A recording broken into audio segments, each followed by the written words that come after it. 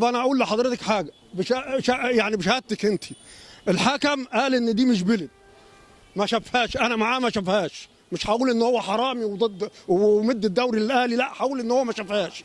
طب انت ما شفتهاش، شفت الكره وهي طالعه اوت ولعيب الزمالك اللي طلعها؟ الحقيقه بقول لك ايه، هيتلموا علينا هنتضرب. بس بعد اذنك، بس ثواني، بس انا هقول لك اللي قال مالوش بقى، بعد اذنك بس. انا هقول اللي مالوش. ضربة جزاء صحيحه، بس احنا من زمان. على ضربه الجزاء انا بقول لك، مش بتكلم على ضربه الجزاء. انت اهلاوي؟ انا اهلاوي جدا. بتكلم على ضربه الجزاء، انا انا عايز اقول حاجه، بس انا ما عايز بتكلمش.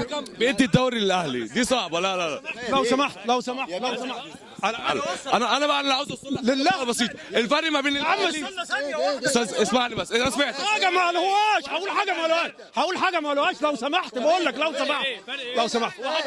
الكوره ما شافهاش، البيلي ما شافوش، لكن بتكلم على انها حسبها اوت. ليه؟ احسن لينا. نادي الزمالك اصلا مش موجود. نادي مصر كلها على قطب واحد، النادي الاهلي. اسمع بس، اسمع، انا اقول لك المفيد. الفرق ما بين الاهلي والزمالك ان احنا مؤسسه واحده، من اول واحد صغير قسما بالله.